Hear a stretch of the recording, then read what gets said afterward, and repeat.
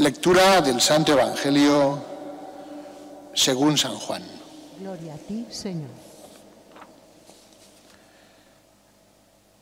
En aquel tiempo Pilato dijo a Jesús: ¿Eres tú el rey de los judíos?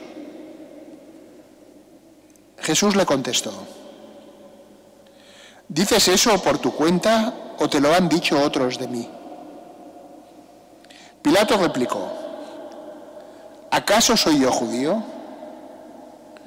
Tu gente y los sumos sacerdotes te han entregado a mí. ¿Qué has hecho? Jesús le contestó: mi reino no es de este mundo. Si mi reino fuera de este mundo, mi guarda habría luchado para que no cayera en manos de los judíos. Pero mi reino no es de aquí. Pilato le dijo: ¿entonces tú eres rey? Jesús le contestó: tú lo dices, soy rey. Yo para esto he nacido y para esto he venido al mundo, para dar testimonio de la verdad. Todo el que es de la verdad, escucha mi voz. Palabra del Señor. Gloria a ti, Señor Jesús.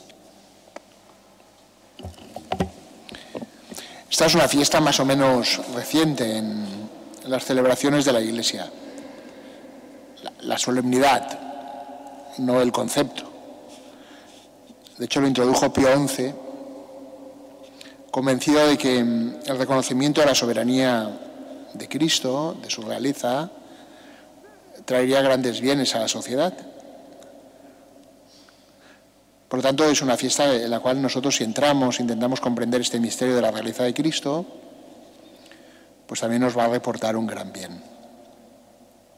Vamos entonces a pensar tres cosas. La primera es si Jesús es rey. La segunda, qué clase de realeza es la de Cristo. Y la última, de qué manera nosotros nos comportamos respecto a Cristo, que es rey. Jesús es rey. Él mismo lo acabamos de escuchar en el Evangelio, cuando Pilato le pregunta: ¿entonces tú eres rey? Jesús responde: tú lo dices, soy rey. Y añade: yo para esto he nacido y para esto he venido al mundo, para dar testimonio de la verdad. Si recordáis, cuando el ángel le anuncia a María que va a tener un hijo, le dice: heredará el trono de David, su padre, y su reino no tendrá fin. También aquí Jesús dice: yo para esto he venido. Y dice también, le ha dicho a Pilato: mi reino no es de este mundo. Pero Jesús ha venido a este mundo y manifiesta su realeza. El Papa Pío XI explicaba también que la realeza le corresponde a Cristo, por una parte porque es el Hijo eterno del Padre, pero después también de su muerte y resurrección, de alguna manera podemos decir también es rey, porque ha ganado, nos ha redimido, nos ha hecho, como decía en el libro del Apocalipsis, ¿verdad? Ha hecho un reino de sacerdotes para Dios su Padre. Entonces Jesús verdaderamente es rey. ¿Cómo ejerce Jesús su realeza? Esto también es muy importante. Fijaos que ahora aquí Jesús está delante de Pilato. Pilato en aquel momento representa la máxima autoridad que hay en el mundo, que era el Imperio Romano. Un imperio que, además, porque era fuerte y se extendía y parecía que nadie le podía oponer una resistencia real, pues tendrían a pensar que era un imperio de alguna forma para siempre.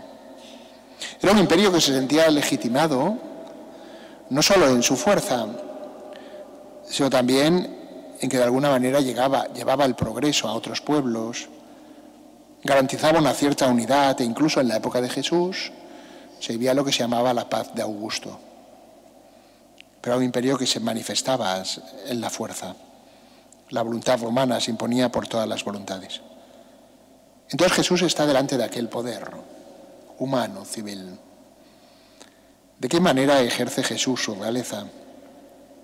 Le dice a Pilato que su reino no es de este mundo y que, porque si lo fuera, su guardia habría luchado, pero no lo ha hecho. En el prefacio, si después os fijáis, se habla del reino de Cristo y se dice que es un reino de verdad y de vida. Un reino de santidad y de gracia. Un reino de justicia, de amor y de paz. Jesucristo va a mostrar su realeza con su misericordia. Ciertamente su reinado es un reinado universal. Hoy celebramos que Jesús es Rey del universo. Aquello que había sido profetizado en el Antiguo Testamento, que era el rey de la casa de David, la realeza de Israel, ahora Jesús viene para ser el Rey de todo el mundo, el Rey del universo entero, el Rey de todos. No hay nada que escape a su soberanía. Pero no lo impone por la fuerza, no lo impone por la fuerza, sino que muestra su realeza, su grandeza, la muestra con su misericordia. Y lo hace para dar testimonio de la verdad. Este punto es muy importante, queridos hermanos.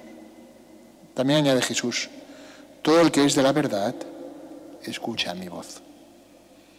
Fácilmente, lo comprobamos en el mundo actual, se separa el ejercicio de la autoridad de la verdad y del bien.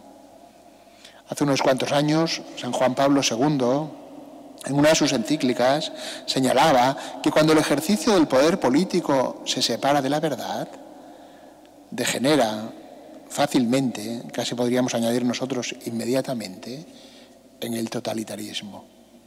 Cuando no hay verdad, el hombre ya no queda sujetado a nada, sino que es su instinto, su fuerza, su afán de dominio, su interés, el que se acaba imponiendo. Y eso de muchas maneras.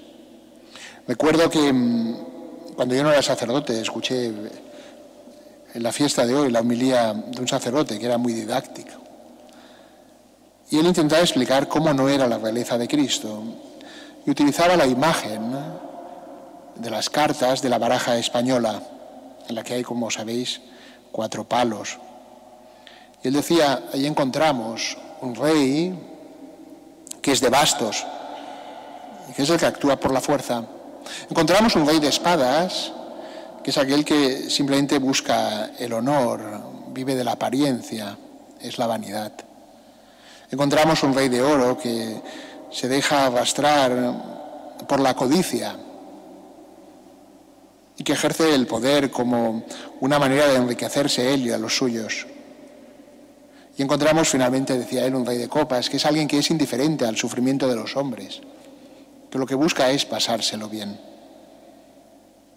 En aquella reducción, sin embargo, nos damos cuenta de que el reino de Cristo no coincide con ninguno de esos, porque no hay nada en Jesús que quiera ser aparente o que quiera imponerse por la fuerza o que vaya buscando el honor por el honor, y mucho menos que pretenda enriquecerse o conseguir ninguna otra cosa de los hombres, sino que difunde su realeza con su misericordia. Es un reinado de amor. De hecho, Jesús después va a mostrar esa realeza en la cruz. Allí clavado también le dirán, si eres el rey, baja. Pero él precisamente porque es el rey no baja, porque está allí para constituir el pueblo de sus súbditos, que somos nosotros, que son los redimidos. Por eso no baja. Es el rey que da la vida por las ovejas. Allí Pilato, para ofender a los judíos, hizo colgar un cartel. Jesús de Nazaret, el rey de los judíos. Para algunos era un escándalo, para otros un motivo de burla. Sin embargo, allí se señalaba una verdad muy grande. Pero además hemos de decir nosotros, no solo el rey de los judíos, sino que desde la cruz ha extendido su realeza a todos los hombres. Entonces, ¿cómo nos comportamos nosotros delante de esa realeza? Pensemos, volvamos al ejemplo del Evangelio, aunque aquí no aparece ese fragmento de la escena, pero cuando Jesús confiesa su realeza y Pilato se da cuenta de que aquel hombre es inocente y no quiere condenarlo, también vinieron los judíos y le dijeron a Pilato, si no lo condenas, entonces estás contra el César. Contrapusieron a la realeza de Cristo el poder de un soberano humano, el del César. Y entonces Pilato cedió, porque aunque creía que era inocente, sin embargo, no buscaba la verdad, esta verdad de la que habla Jesús. Y por eso lo entregó para que lo crucificaran. Eso nos introduce en el tercer punto, y es de qué manera me comporto yo con la realeza de Cristo, ante la realeza de Cristo. Fijaros que al designio de Jesús, a su voluntad salvífica, no solo se oponen los que lo entregan y los que están contra él de una forma fehaciente y clara, los que lo denuncian y se inventan falsas acusaciones, los que mueven al pueblo para que grite pidiendo su crucifixión. Eso es el gran escándalo, los que en el mundo, ¿verdad?, vitorean y gritan contra Dios y contra Cristo, los que denigran a la Iglesia.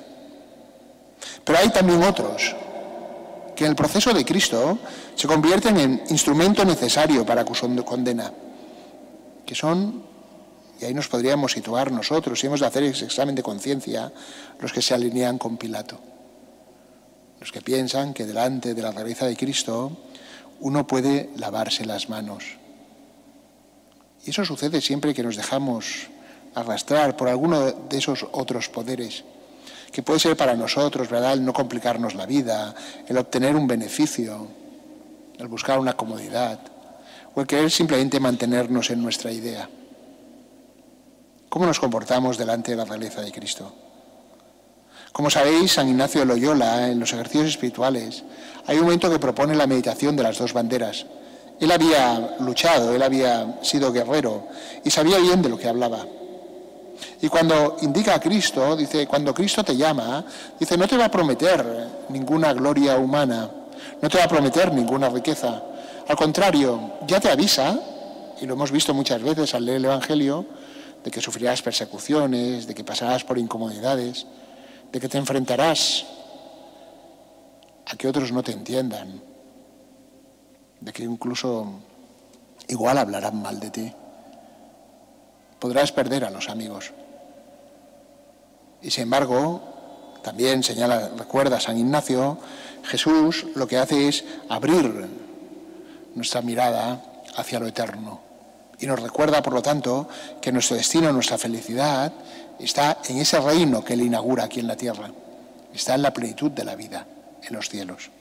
Hemos de querer que Jesús reine en todas las almas. Hemos de querer también que el Evangelio de Jesús, su amor, impregne la sociedad. A veces ha sucedido. Y muchos pueblos, cuando han experimentado el valor, la verdad del Evangelio, han quedado transformados.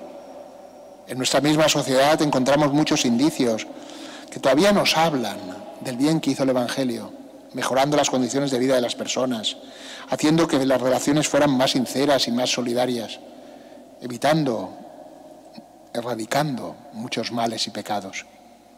Sin embargo, no es un reinado que nosotros podamos imponer por la fuerza. Muchas veces lo que tendremos que hacer es unirnos al misterio de la cruz, en la abnegación, en la oración. Lo que siempre tendremos que hacer es dar el testimonio del amor de Jesús.